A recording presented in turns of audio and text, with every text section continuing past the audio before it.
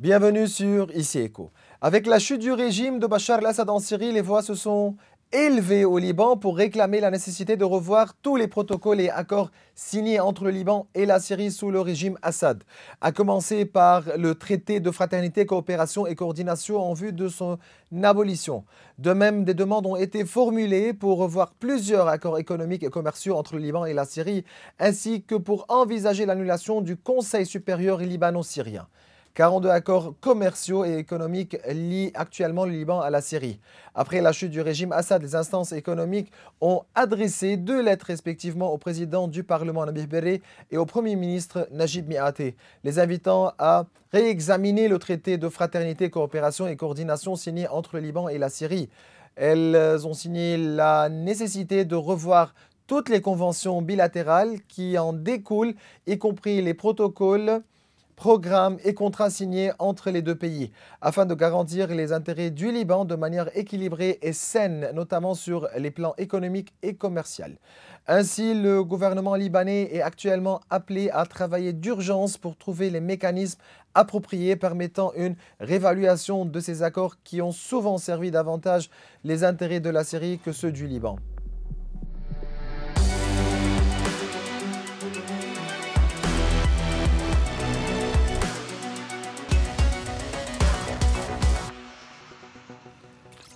Durant cet épisode, je reçois le chef économiste de la Byblos Bank, Dr Nassib Roubril, pour discuter de plusieurs sujets clés, notamment l'avenir des relations économiques entre le Liban et la Syrie, l'importance de revoir tous les accords économiques et commerciaux signés entre les deux pays, un bilan de l'année 2024 sur les plans économiques et financiers et les principaux dossiers qui nous attendent en 2025. C'est toujours un plaisir de vous recevoir, Dr Roubril. Merci bien. Et voilà, je commence directement par la chute du régime de Bachar el-Assad. Donc, les revendications se multiplient pour réexaminer de nombreux accords, protocoles signés entre le Liban et la Syrie. Quelle est l'importance de cette révision, au niveau économique certainement?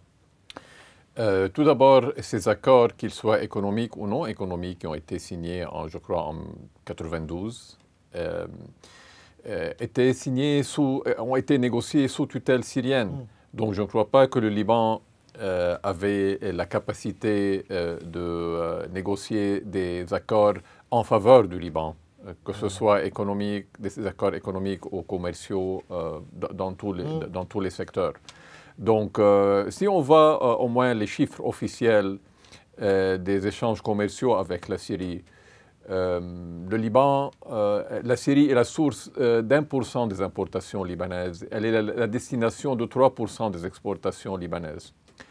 Deuxièmement, il n'y a eu aucun respect pour le calendrier agricole parce que les agriculteurs syriens ne respectaient pas ce calendrier, donc ce qui nuisait à l'agriculture libanaise, au secteur agricole libanais. Troisièmement, la contrebande était catastrophique. Était plus grand, le volume de la contrebande était plus grand que les échanges commerciaux selon les chiffres officiels. Si on parle de contrebande, Syrie-Liban, Liban-Syrie. Oui, spécialement durant la période des subventions où le gouvernement a subventionné les importations. Le fameux gouvernement de Hassan Diab. C'est ça, les importations qui nous a coûté des matières. Ça nous a coûté à peu près 12 à 14 milliards de dollars. Et au niveau de la contrebande? Au niveau des subventions, mais comme on se rappelle... Les estimations au niveau de la contrebande? On doit se rappeler qu'on n'avait pas vu ces produits subventionnés dans les supermarchés. Ce n'est pas les Libanais. La plupart des Libanais n'ont pas pu bénéficier de ces subventions. Donc, la plupart de ces subventions ont été exportées de façon illégale vers la Syrie et d'autres pays. Il y a aussi, on ne doit pas oublier, les accords entre les hommes du régime et quelques politiciens au Liban, de grands contrats, que ce soit dans les domaines d'infrastructure, d'électricité, de construction, de télécom et d'autres. Donc, en ce qui concerne les accords qui existent, tout d'abord, quand il y a des relations saines entre deux pays, c'est toujours utile de réexaminer ces accords pour voir s'ils sont utiles pour les deux parties. En faveur des deux. En faveur des deux, Des deux exactement. pays, oui. Donc, que serait-ce avec la situation actuelle? Moi, je ne vois pas comment ces accords ont pu bénéficier le Liban. Je ne sais pas s'ils ont bénéficié la Syrie, mais je me demande s'ils ont été appliqués tout d'abord. Parce que je crois que la priorité de ces accords, c'était le côté sécuritaire et militaire, Et non beaucoup économique plus que le côté commercial oui. et économique. Mais juste ici, il convient de souligner l'importance stratégique de la Syrie pour le Liban en termes de transport terrestre et maritime vers les pays arabes. Bien sûr, mais je veux aussi ajouter que en transport terrestre, juste. quand l'économie syrienne est devenue ouverte au secteur privé, nous avons vu les banques libanaises investir en Syrie et ouvrir des banques et les sociétés des assurances. Donc je ne sais pas si je n'ai pas entendu quoi que ce soit en ce qui concerne ces accords qui ont encouragé les banques libanaises ou les sociétés d'assurance libanaises pour s'établir en Syrie. C'était, comme vous le dites, les opportunités, le potentiel de l'économie syrienne qui a encouragé les banques et les sociétés d'assurance et d'autres compagnies libanaises de s'établir en Syrie. Et donc, selon vous, quelle est la meilleure approche pour établir cette relation équilibrée entre les deux pays? Tout d'abord, il faut réexaminer tous ces accords et voir non seulement si ils sont positifs pour le Liban ainsi que pour la Syrie, mais voir s'ils ont une utilité quelconque. Parce que les échanges commerciaux n'étaient pas basés sur ces accords. Et ces accords sont des mystères.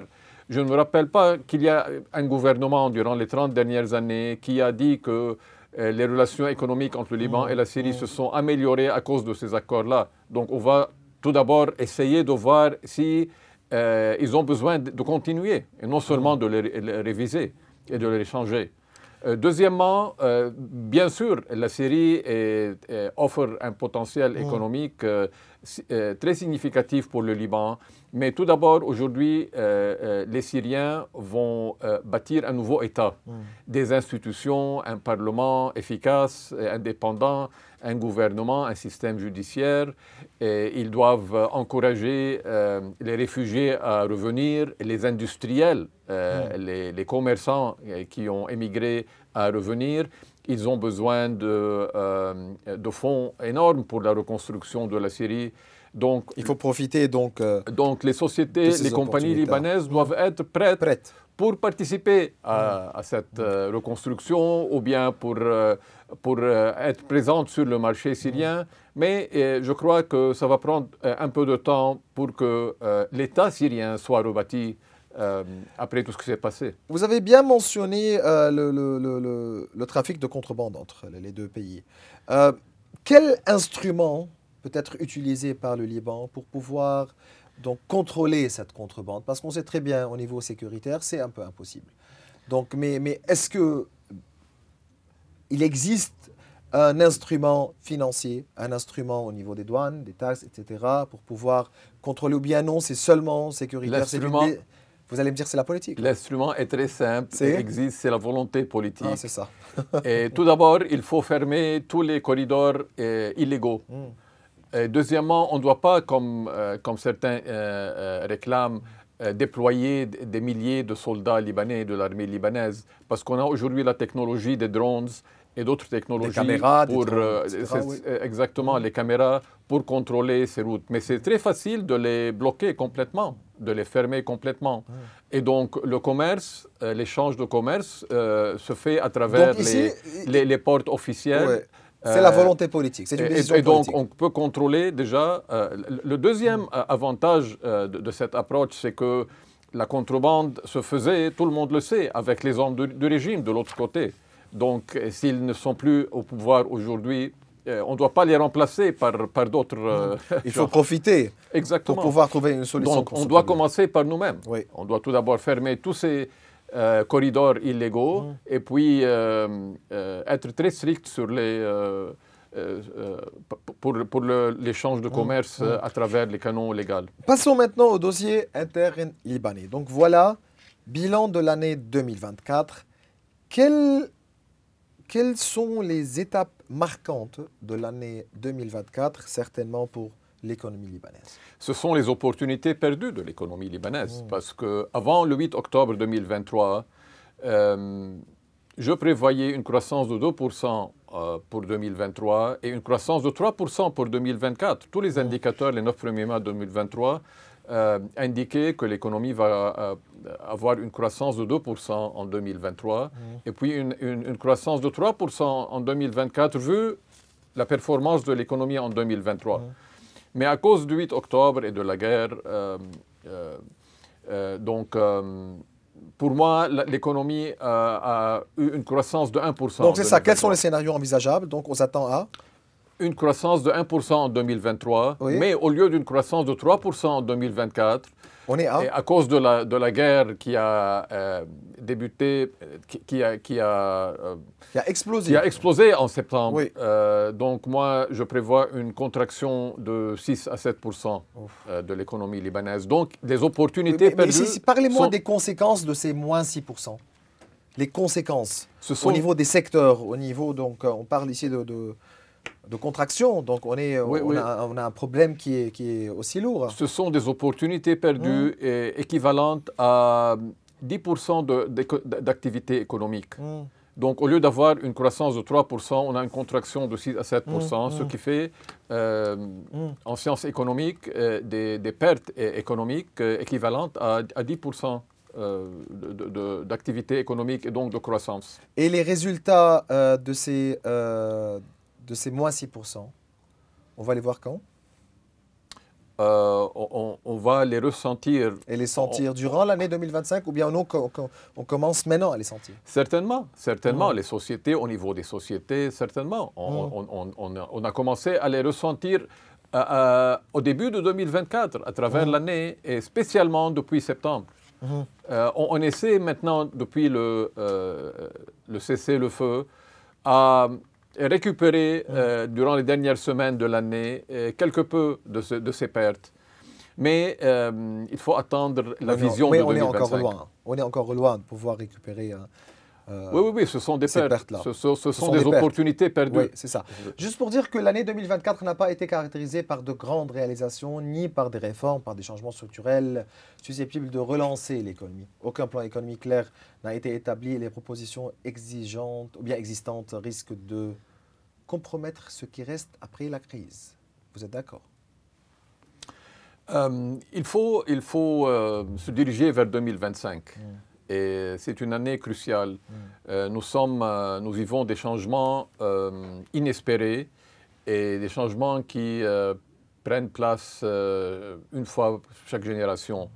Donc c'est à nous... Vous parlez ici des changements géopolitiques. Les changements géopolitiques. Oui. Et donc c'est à nous de profiter, de réaliser l'importance de ces changements et d'essayer de positionner le Liban en tant que pays et économie qui pourra bénéficier de ces changements-là. C'est ça, permettez-moi de poser cette question. Au niveau de ces changements-là, quelles sont les opportunités qui existent pour le Liban au sein de ce changement géopolitique dans la région? Les opportunités sont très claires. Il faut rappeler l'identité économique de l'économie libanaise. Et c'est une identité basée sur une économie libre, dont la colonne vertébrale est le secteur privé. Et le secteur public, le rôle du secteur public, c'est d'assainir le climat d'investissement, d'améliorer l'environnement des affaires, de respecter les délais constitutionnels, la séparation des pouvoirs, de combattre l'évasion fiscale et douanière, de combattre, comme nous l'avons parlé, la contrebande dans les deux sens, de réduire la taille de l'économie informelle et parallèle, de réintégrer le Liban dans le système financier, banquier et commercial mondial. Comment? Et plus précisément, le retour du Liban officiel dans son entourage arabe. Mais dites-moi comment, au niveau banquier? Au niveau banquier, oui. Il faut... nous sommes depuis mars 2020 en marge du système financier, banquier et commercial mondial à cause de la décision du gouvernement passé. Le gouvernement de Hassan Diab oui, avec le défaut de paiement. Du défaut de paiement et de non-négociation. Que vous jugez comme cette décision une erreur stratégique. Mais je ne veux pas franchement accuser le gouvernement de cette décision parce que je réalise que ça faisait partie d'un plan politique qui a été appliqué à travers ce gouvernement-là. Mais ce gouvernement aussi est responsable, c'est le gouvernement. Certainement. Il a pris une décision catastrophique. Il a appliqué une décision qui a été prise politique. Une décision politique imposée. Imposée, certainement. Certainement. Oui. Donc, et même les subventions sont aussi. Mais nous allons continuer à payer la facture de ce défaut de paiement jusqu'à quand? Jusqu'à ce qu'on décide à avoir une vision économique très claire. On a eu deux visions, avec la vision de Hassan Diab, la vision de Najib Miat et les deux plans économiques qui ont été présentés. Ce n'est pas des plans économiques qui aident la confiance, à restaurer la confiance dans l'économie libanaise, la confiance du secteur privé, la confiance des ressortissants libanais, de la diaspora. Pourquoi? Parce qu'il faut avoir une vision. Tout d'abord, ces plans sont très techniques. Donc, ils ignorent les causes principales de la crise, qui sont l'abus du pouvoir politique et la mauvaise gérance du secteur public, et spécialement des sociétés étatiques à caractère commercial. Et le symbole de cet abus de pouvoir politique et de la mauvaise gérance du secteur public, c'est le secteur de l'électricité, qui a gaspillé 45 milliards de dollars, 25 milliards de dollars de prêts du Trésor libanais et qui n'a pas remboursé, et 20 milliards de dollars d'intérêts qui se sont accumulés au fil des années. Donc ça, c'est le symbole de l'abus du pouvoir politique et de la mauvaise gérance du secteur public. Et au niveau des solutions et des approches qui ont été présentées, au niveau des solutions donc, pour les dépôts, les déposants? Ce sont des solutions techniques. Ce sont les résultats des deux sources principales de la crise.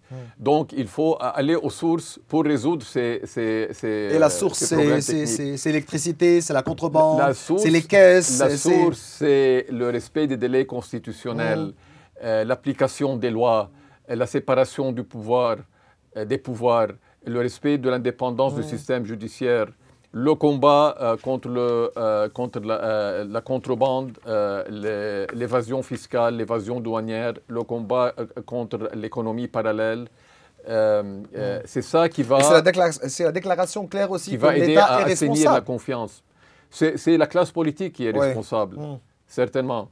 Donc après, les questions techniques se résolvent de façon simple. La vision devient claire. Mais il faut prendre cette décision très clairement. C'est pour ça que je dis nous sommes en face d'une opportunité qui vient une fois par chaque génération. Et il faut profiter. Et il faut en profiter. Tout d'abord pour que le Liban ne soit plus un théâtre pour les conflits régionaux. Très clairement, pour que le Liban officiel soit réintégré dans le monde arabe, et spécialement les relations doivent être très claires avec les pays du Golfe arabe, en principe l'Arabie saoudite, et avoir une vision qui aide à assainir la confiance et non pas à détruire ce qui reste du secteur privé. Par ailleurs, 2024 a marqué aussi un tournant dans la politique de la Banque du Liban en matière de financement de l'État. Comment évaluez-vous les mesures prises par le gouverneur par intérim, Wassim Mansouri, durant l'année 2024? Les décisions ont commencé en Et 2023. aussi certainement ici la politique monétaire qui a été appliquée. La décision la plus importante, qui est la plus visible, c'est la stabilité de la livre libanaise, la décision de maintenir la stabilité de la livre libanaise. Et la Banque du Liban a réussi à maintenir la stabilité malgré la guerre. On était très concernés que si la guerre continuait, que ça va affecter la stabilité. Mais la Banque du Liban a su maintenir cette stabilité. Et on a vu un petit déclin des réserves en devises de la Banque du Liban. durant octobre et novembre de à peu près 500 millions de dollars. Aujourd'hui, on est à près de 10 milliards 10 milliards 400 millions de dollars de réserves en devises étrangères. En devises étrangères, parce que les 2 semaines de décembre, on a vu une augmentation d'à peu près 30 millions de dollars. Mais dans quelle mesure le taux de change de la livre libanaise peut-il rester stable dans le contexte dans lequel on vit aujourd'hui?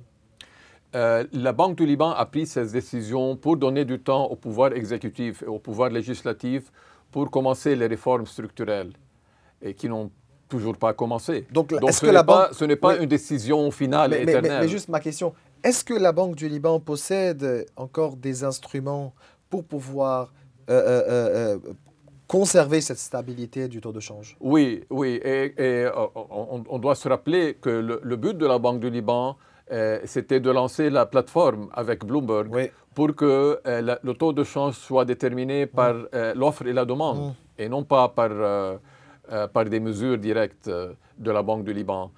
Mais vu le début de la guerre en octobre 2023, cette décision a été reportée. Moi, je crois qu'en 2025, si on a un président avec une vision très claire, si on réintègre le monde arabe, si on a la confiance des pays arabes et des amis du Liban, on va aller vers des réformes structurelles et donc la Banque du Liban ne va plus être seule. Il va y avoir un appui du gouvernement, du pouvoir exécutif, du pouvoir législatif. Donc elle pourra changer cette décision et lancer cette plateforme pour que le taux de change soit déterminé par l'offre et la demande. Mais maintenant, le taux de change va rester à 89 500.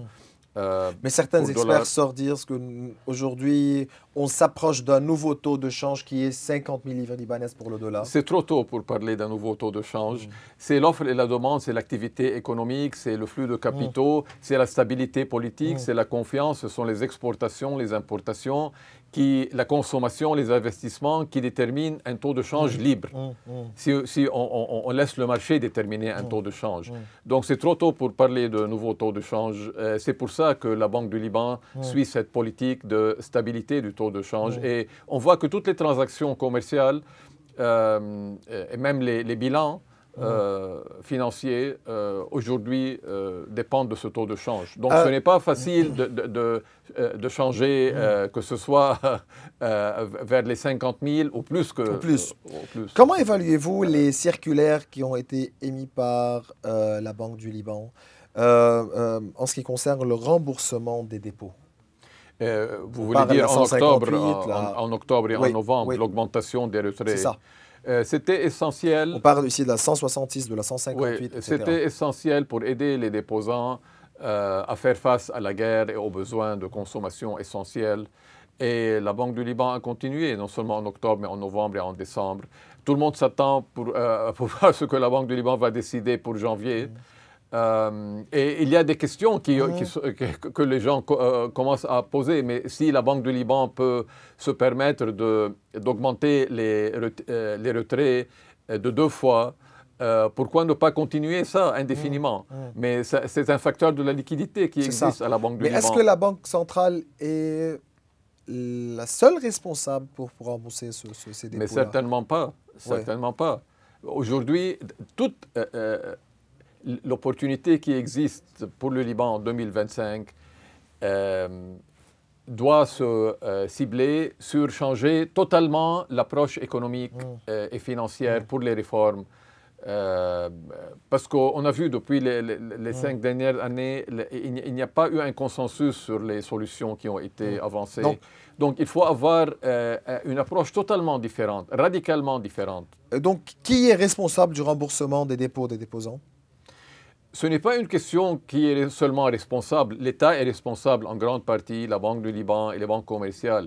La question qui doit être faire partie de la nouvelle vision économique, c'est pouvoir avoir assez de liquidité dans les banques commerciales pour que les déposants puissent utiliser leurs dépôts comment augmenter ce taux de liquidité pour pouvoir rembourser les dépôts? Ce n'est pas un remboursement des dépôts, je répète, Oui, c'est l'utilisation, pouvoir utiliser Ah, ces c'est dépôts. ça, il faut être clair ici, oui. Oui, pour pouvoir utiliser ces dépôts et non pas les retirer des banques. Comme était ce qui se passait avant la crise, avant 2019, les déposants pouvaient utiliser leurs dépôts et ils utilisaient le cash pour des transactions très minimes. Est-ce que vous appuyez ici une nouvelle loi pour relancer les crédits? Mais certainement, mais je dois répondre à la question précédente. La liquidité existe aujourd'hui en partie. Ce sont les 10 milliards 400 millions de dollars qui existent, 10 milliards 200 millions de dollars qui existent à la Banque du Liban. Ce sont moins que le taux de réserve obligatoire. Donc ce sont les dépôts des déposants dans les banques. Pour moi, il faut réduire le taux de réserve obligatoire de 14% à 2 à 3% parce qu'on n'a plus un taux de change fixé. Et puis cet argent doit être transféré, libéré aux banques. Et les déposants pourront tout d'abord utiliser leurs dépôts en grande partie, au moins pour les transactions locales. Et deuxièmement, ça donnera assez de liquidités aux banques pour pouvoir prêter. Pour pouvoir financer des nouveaux crédits. Le secteur privé, oui, spécialement et seulement le secteur privé. Pendant ce temps, les actionnaires des banques vont recapitaliser les banques. Donc, il y aura plus de liquidités. Et il y a toujours la responsabilité de l'État. L'État ne peut pas dire qu'après une guerre, on peut pas, après une crise, on ne peut pas participer. Il y a une idée qui flotte, qui doit être discutée beaucoup plus en 2025. C'est les réserves en or de la Banque du Liban. Alors, ces réserves valaient 15 milliards de dollars en fin de 2019. Aujourd'hui, elles valent 24 milliards 500 millions de dollars à cause de l'augmentation des prix de l'or à travers le monde. Donc, nous savons qu'on doit, pour utiliser ou pour vendre ou pour utiliser cet or, ces réserves en or, il faut un vote au Parlement. Mais il faut penser au moins à utiliser l'or, mais pas à le vendre. Comme garantie, c'est ça. Pour 3 à 4 milliards de dollars pour aider aussi la liquidité mais tout dans les cela banques. Doit être au sein d'un plan macroéconomique de relance et non pas une loi d'ici, une loi d'ici. Absolument. C'est ça. C'est une stratégie. Et ce plan macroéconomique doit faire partie d'une vision économique pour le Liban, pour le futur du Liban. Et si c'est la responsabilité du gouvernement, ou bien des gouvernements. Donc on s'attend. Ce n'est pas seulement le rôle du gouvernement. Le problème avec le gouvernement actuel, c'est qu'il n'a pas pris l'opinion des composantes de la société libanaise quand il a mis en place ce plan. Donc, il faut avoir un consensus sur le plan pour qu'il réussisse. Une détermination politique semble se profiler, juste pour dire, donc en vue de l'élection présidentielle qui est prévue le 9 janvier 2025. Quelle est l'importance de ces élections-là et de la formation d'un gouvernement efficace? Tout d'abord, ça fait plus que 2 ans que nous sommes dans un vide constitutionnel au niveau de la présidence. Ça fait 2 ans et demi que le gouvernement actuel n'a pas des pleins pouvoirs. Donc c'est déjà une mauvaise perception. Et si on voit les indices de la gouvernance que la Banque mondiale a récemment publiés, on voit que 94% des pays à travers le monde ont des gouvernements plus efficaces que le gouvernement libanais actuel. 86% des pays à travers le monde respectent leurs lois plus que nous respectons nos lois. 91% des pays à travers le monde ont une stabilité politique plus que notre stabilité politique actuelle. Donc ces élections doivent tout d'abord réactiver les institutions constitutionnelles, mais le but n'est pas d'installer un président au palais de Babda. C'est d'avoir un président avec une vision. Une mission et une vision très claire, et un cabinet, et un gouvernement qui a la même vision et la même mission. Ma dernière question. Quels sont vos scénarios pour 2025? Et quels défis attendent le Liban en 2025? Le défi principal pour le Liban, pour les Libanais, c'est de réaliser que nous sommes en face d'une opportunité très unique et on ne peut pas se permettre de perdre cette opportunité. Donc, si on veut profiter de cette opportunité, on doit avoir des institutions qui fonctionnent de façon normale. On doit changer la mentalité qui a sévi non seulement les 5 dernières années, mais depuis de longues années en avant, et de déterminer encore une fois très clairement l'identité de l'économie, réaffirmer l'identité de l'économie libanaise. Avant d'avoir votre réponse au niveau des scénarios possibles pour l'année 2025, mais si je me rappelle ici, je me suis rappelé d'une question ici, en ce qui concerne les eurobonds en 2025, on s'attend à quoi? Oui, ça c'est un défi technique qui approche rapidement. C'est mars, n'est-ce pas? En mars 2025, les détenteurs des eurobonds, qu'ils soient libanais ou non libanais, vont perdre leur droit à récupérer les intérêts sur les eurobonds à cause de la décision du gouvernement précédent, du défaut sur les eurobonds. Donc, pour préserver leurs droits, ils se dirigent vers un procès contre l'État libanais. Ce que je comprends, c'est que l'État libanais essaie d'éviter un procès et de négocier ou bien de se mettre d'accord avec la majorité des détenteurs des eurobonds pour pousser cette date au moins un an. Oui. On va voir ce qui va se passer. Il y avait des négociations entre le Premier ministre et le ministre des Finances, Youssef Khalil, à ce niveau-là. Donc, pour trouver... Mais les négociations se font avec les détenteurs. Mais, donc, vous savez très bien comment les choses se passent ici. Et c'est malheureux parce que nous savons que le gouvernement précédent n'avait pas l'intention de négocier avec les détenteurs des eurobonds. Mais le gouvernement actuel a signé un accord avec le Fonds monétaire international en avril 2022. Et l'une des 9 conditions préalables, c'est de restructurer la dette publique. Mais donc, c'est de commencer par négocier avec les eurobonds. Est-ce que cet accord reste valable? Non, il n'est plus valable. Aujourd'hui, selon le Fonds monétaire, le Fonds monétaire a dit clairement, il faut remettre en question durant sa visite en mai dernier, qu'il faut changer ce plan. Mais cet accord... Mais ici, l'importance, c'est de former une commission au Liban qui négocie au nom des Libanais. Donc ça, c'est clair, donc, parce qu'au niveau des négociations, c'était catastrophique. C'est ce qui devait se passer en avril 2022, immédiatement après la signature, parce qu'on n'a pas besoin d'un vote au Parlement, on n'a pas besoin d'un vote dans le gouvernement, dans le Conseil des ministres. Et je me demande pourquoi, jusqu'à présent, on n'a pas commencé ces négociations. On revient à la politique ici. On revient à la politique, exactement. Donc, il me reste 30 secondes. Quels sont vos scénarios pour 2025? On s'attend à 2025, ou bien on saisit l'opportunité qui existe aujourd'hui, ou bien on va la perdre. Si on saisit cette opportunité, le Liban a des horizons très prometteux.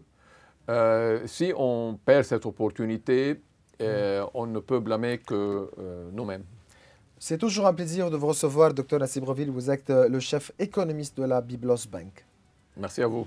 Bien voilà, mes chers téléspectateurs, nous arrivons à la fin de cette émission. Vous pouvez revoir tous nos épisodes sur les réseaux sociaux. Au revoir.